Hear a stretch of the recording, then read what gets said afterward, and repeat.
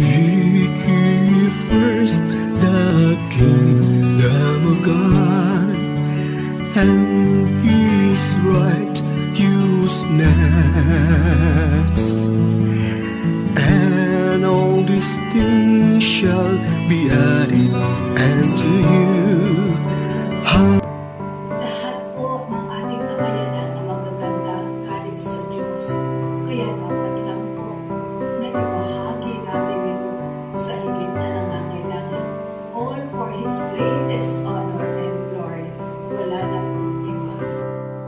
Pinitang pintuan, mistulang dingding, walang sino man ang maaring tanggapin. Anong pumipigil? Anong nagbabawal sa sariling mundo? Ba't di ka lumaya? Bukas na lang. Siguro magtatanong tayo, saan ba ang langit? Nakapilit ba ang langit? Baka ito po ang nais nating bibigyan ng pagpapalaga. Ito, pamaganda ito sa 23rd Sunday in Ordinary Time. Dahil yun nga, para sa ibang mga tao, lalo na mga kapatid natin na nandun sa laylayan, mga kapatid natin na sinasabi ni Pope Francis palagi na those who are the believers, minsan pag nagpakinggan natin sila, ang mga sinasabi nila, nandiyan ba sa afterviews? Buksan ang iyong O baka sabihin nila, natutulog ang Diyos sa akin sa misyon, natutulog ang Diyos sa pinahirapan, sa mamahalin pa rin para sa siya ganun na nalita, at tutulungan. sasabi natin na Lumaya. sarado ang langit. Mga kapatid, bago din po ang lahat, maraming salamat sa walang sawang magbahagi at nagbabahagi sa Music of the Gospel Sunday Reflection. 2,000 na po ang nalipas na hindi ako nakapag-upload ng aking mga reflection dahil yun sa mga activities namin, doon sa aming apostolate sa mga ITAS, ganun din po sa mga activities sa seminaryo, sa ating mga kapatid na palaging nagsubaybay, nagpapaminto, nag-share sa Music of the Gospel Sunday Reflection sa inyong lahat. Mabuhay at maraming salamat po. At ito ngayon ang aking inspirasyon din po sa linggong ito, ang Music of the Gospel song, Buksan ang iyong mga mata. So, ito man ay medyo kaiba doon sa Ebanghelyo natin kasi ang tinutukoy ng awiting ito ay yung mga mata. Ngunit talagang tinutukoy din po ng awiting ito spiritually, hindi man talaga ang mga mata na physical, no? Doon talagang napaka-involved, napaka-connected man din po. Dahil ang ating mga mata, physically, nakakakita kung anong mga sitwasyon sa ating kapaligiran. Ngunit may mga sitwasyon din po tayo na hindi ang ating mga mata lamang nakakita, kundi yun ang puso natin. At dito ngayon sa Ebanghelyo natin napakaganda dahil yun nga sinasabi ng awiting ito, buksan ang iyong mga mata at sabihin natin, buksan ang iyong mga puso para ikaw ay makakarinig. At pag ikaw nakakarinig, dahil bukas ang iyong mga puso, ikaw ay nakapagsalita. Salita na ito ay isang salita, mga salita na galing sa Diyos. Mga salita na ikaw ay naging instrumento sa pagpadaloy, sa pagmamahal, habang at awa ng Diyos. At mga kapatid, napakasaya natin dahil makasama natin ngayon si Sister Reyna. At alam ba ninyo, si Sister Reyna ay talagang isang ina, napaka-active sa parokya, sa Holy Family Parish sa Novaliches, sa Bulong Novaliches. At hindi lamang yan, kundi dito sa Veritas, Radyo Veritas, dito sa ating stasyon, isang istasyon sa ating CBCP ng ating simbahan. Napaka-active din po at napaka-husay po isang lector commentator natin. At hindi po siya natubili na inimbitahan po siya na magkamahagi ng Music of the Gospel Sunday Reflection, lalo na sa linggo ito, the 23rd Sunday in Ordinary Time, na Ebanghelyo natin na pag-usapan ngayon, ang hango sa Ebanghelyo ni St. Mark, chapter 7, verses 31 to 37. Mga kapanalig. Welcome sa Music the Gospel Sunday Reflection. Maraming salamat, Father Lily. Mga kapanalig, magrasya pakikiisa po. Basta makinig tayo at nawa tayo rin ay mahipo ng Panginoon para mabuksan ang ating puso sa pangangailangan ng higit na nangangailangan o mga nagdurusan nasa laylayan. Ito po ang inyong kapanalig, lingkod, Rina Valencia Ilago. Para pag hindi lang nakikinig ang aking mga taingan, ang aking puso. Salamat sa Diyos. Malumanay, yung spirit talaga na yung espiritu ng kapanalig na sa busis pa lamang, pagkikita mo, nakaka-inspire ng pakinggan. Again, salamat po, Sister Rina, sa pagkakataong ito. Alam mo, Sister Rina, binibigyan natin ng pamagat ito na bukas ang langit. Dahil yun nga sa sinasabi na natin kanina, yung konsepto kasi ng unang panahon sa panahon ng Jesus, yun nga, dumadaan pa si Jesus sa Tyre, tapos dyan, dumadaan sa Sidon, and to the Sea of Galilee. So napakaganda yun dahil yung konsepto ng mga tao ngayon, lalo na yung mga Pilipino, na sinasabi nila, we are the chosen people of God. Doon yung magiging exclusive. Ngayon, dahil sa ganung konsepto, ang nangyayari, tingin nila sa mga tao, lalo na sa mga bulag, dito rin sa panahili natin sinasabing hindi makapagsalita, hindi nakakarinig, yung tip-tip na ito, at sinasabi nila, nagkakaroon ka ng ganung kasalanan o nagkakaroon ka ng ganung karamdaman o kapansanan dahil pinaparusahan ka ng Diyos. Dahil sa kasalanan. Sa ganung pananalita, parang yung sinasabi natin, ang langit ay sarado sa iyo.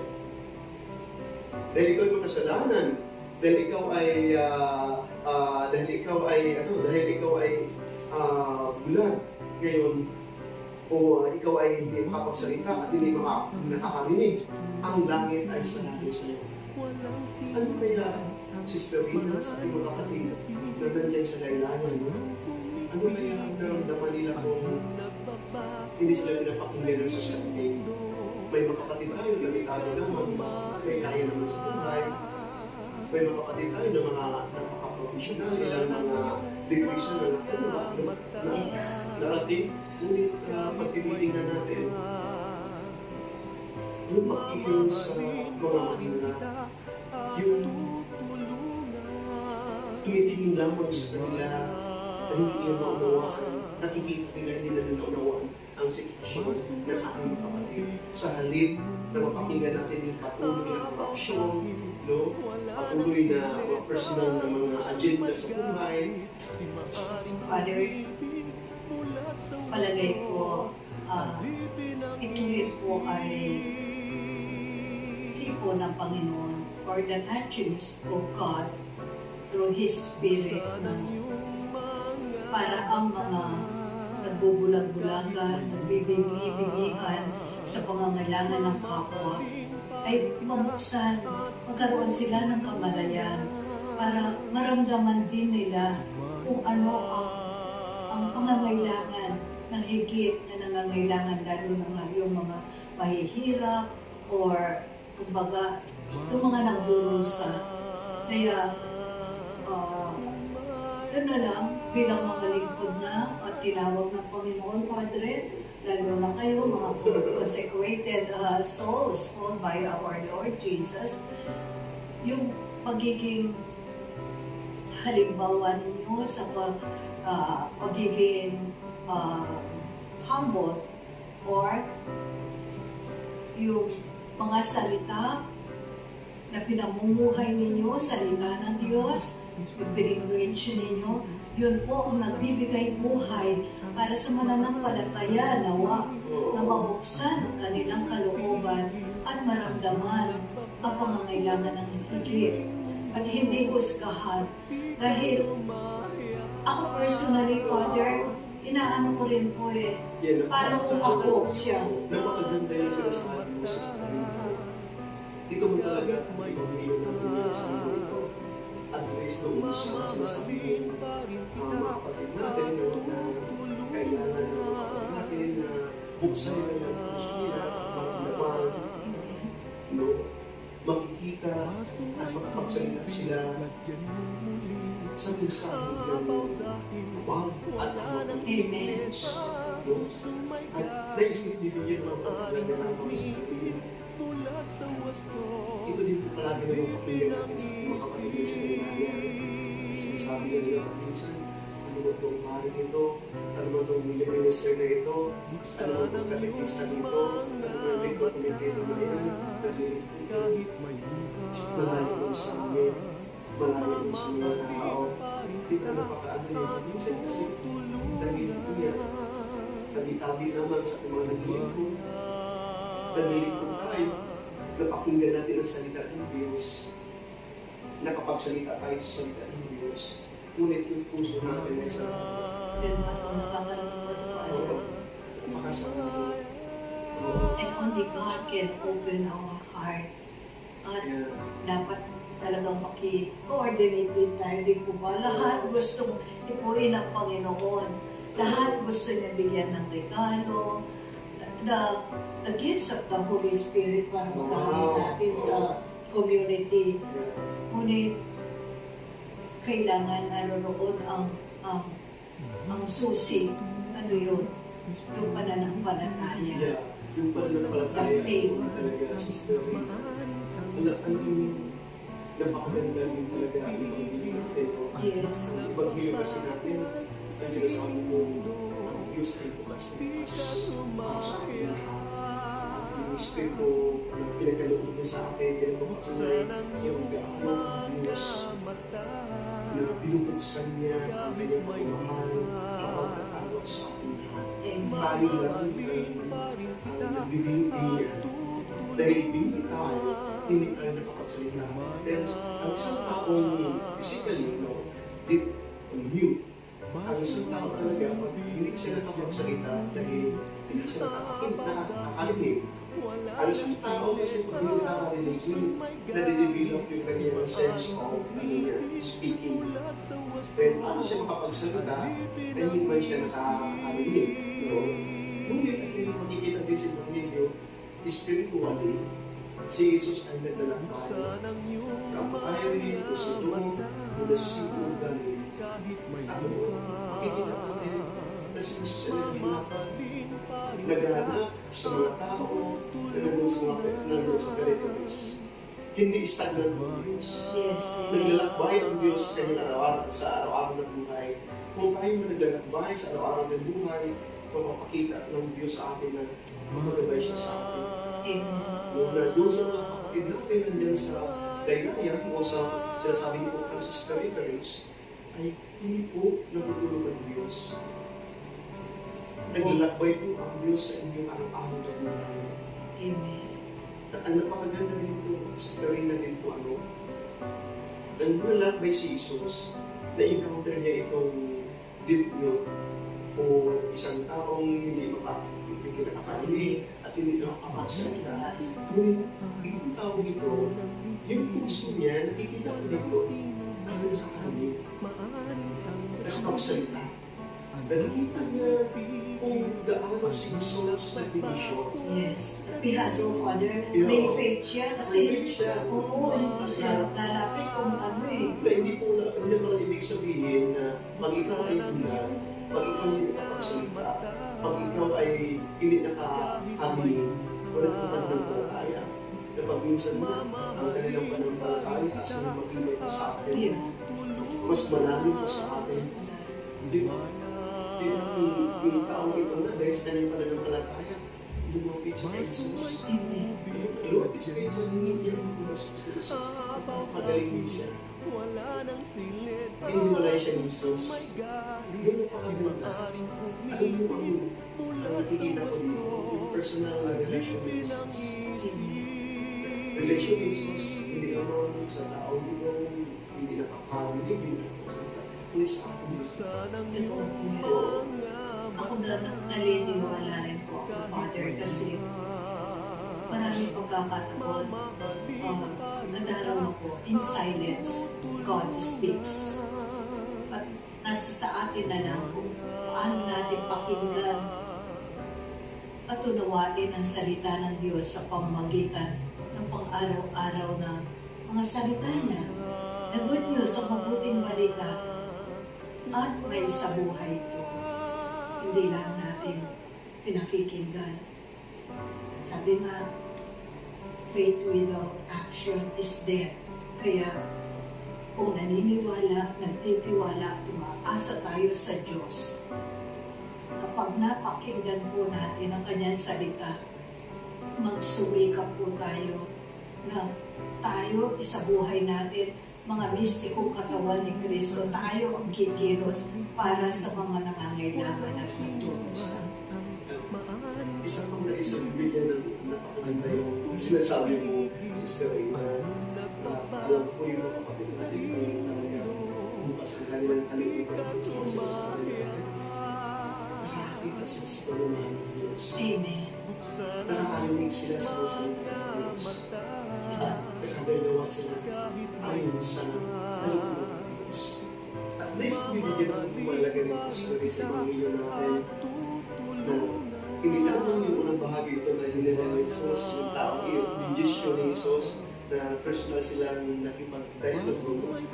Ngunit po sa bago tinip ni Jesus itong kanya ng tao may kapansan, tumiting na si Jesus. Amen. Ang ibig sabihin ito, hindi tumitingala si Jesus dahil sa karamihan, dahil sa mga Hudyo, sa society natin, ang daming mga tao, akala nila sila lamang ang pinili ng bayan ng Diyos. Sila lamang ang pinili ng Diyos. Pagkakita, tumitingala si Jesus. At sa pagkakala ni Jesus, pagkakala, nakiusap siya sa kanila. Ama, kung ito man ang perspektiba ng mga tao, na sarado-sarado ang langit sa mga mahirap, sa mga taong may kapansanan, sa mga taong nandiyan sa laylayan. Ama, hiningi ko sa iyo na buksan mo ang langit. Buksan mo ang langit, padami mo ang mga biyaya para sa tayo. Ipapakita mo kami mo ang mga biyaya na hindi ko natulog. Ipapadaman mo kami na hindi sarado ang langit sa mula.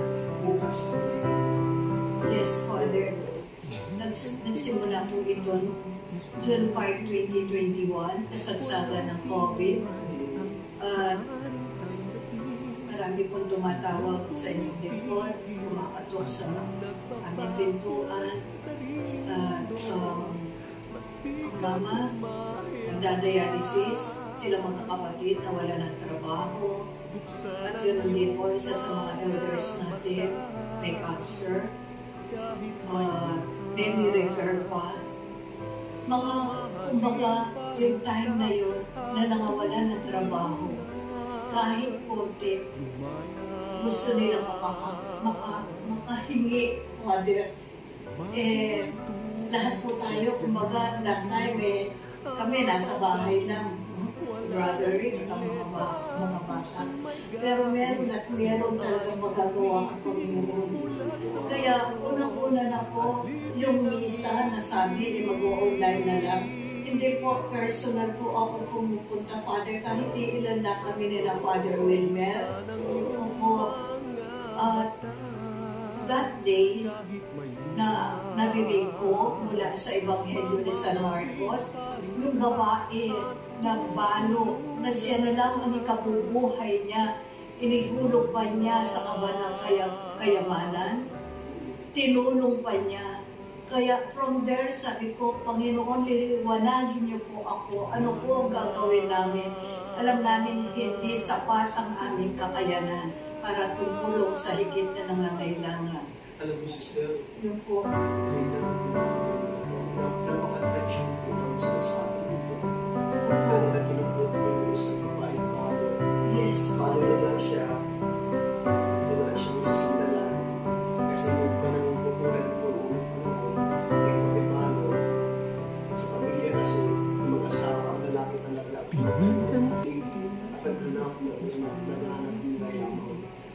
babae nung nagkakulunan sa bahay lamang. Ngayon, sinuturing pang mga babae na secret na citizen. Walang puso sa society ngayon, wala na siya, wala sa isang dala. Yes, Father. At yung natitira niya, inaalay ko po. Ano po yung relation ko ito? Bakit inaalay niya yun?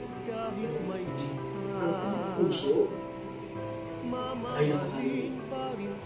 Ang kanyang puso ay nakakasalita. Ano nakakagal siya ginagawa din po ninyo? Yes po, Padre. At hanggang ngayon po, Napakaganda kumakatok ng mga tao na malapit sa inyo. At dahil alam ng mga tao na pag kumakatok sila, bukas na bukas ang mga puso. Bukas na bukas ang inyong yung puso mo. Dahil bukas yung napakinggan ninyo. Napakinggan at nakapagsalita kayo ng salita na ayon sa inyo. Yung gawa. Amen. At ang Diyos Father buhay. Kasi after the Mass, right after the Mass, senior ko po, isa sa mga elders natin, si Ate Sylvia, nakasama ko rin sa misa. Sabi ko, Ate, kailangan mag-drops tayo para makatulong sa mga may sakit dito sa ating community. Right there and then, sinabi ni Ate Sylvia, at ganoon din si Ate Vicky Legara, sige, sabi nga nun, ito, i-share ko ito. Naka more than 1,000 po kami. So, right there and then, tinulong na po namin kahit tigpa 500 lang sila. Malaking bagay po. At hindi lang yung pamilya na makaisa mo rin bilang isang pamilya ng Panginoon Jesus. Ibang klase, Padre. Alam mo, sister, napakahalaga rin po ito. Alam po na ito rin po challenge sa atin. Yes. Imagine, hindi sa amin makalimutan. At sabi mo nga, ito ay patuloy kong ginagawa. Minsan tayo napapansin ng ibang tao na Panginoon po. It doesn't matter. It doesn't matter. Dahil alam ng Diyos, sarili mo ang magagawa. At ito nga yung pangatlong bahagi ng ating Panginoon na sa ibigyan ko. Itong pangatlong bahagi ulit. Pangatlong punto na sa ating bibigyan ko talaga. Nung hiniwalayin ni Jesus, pinapagkaroon ng una, hiniwalayin ni Jesus yung tao yun. Pangalawa tayo, hinibigyan ng Panginoon, hindi na si Jesus, hinibigyan ng pasabi. At lalo, ang pangatlo, kung sinasabi ni Jesus, kung sabihin ito, dahil minsan tayo mga tao, may mga naglulunod sa atin sa simbahan, minsan sa ating society.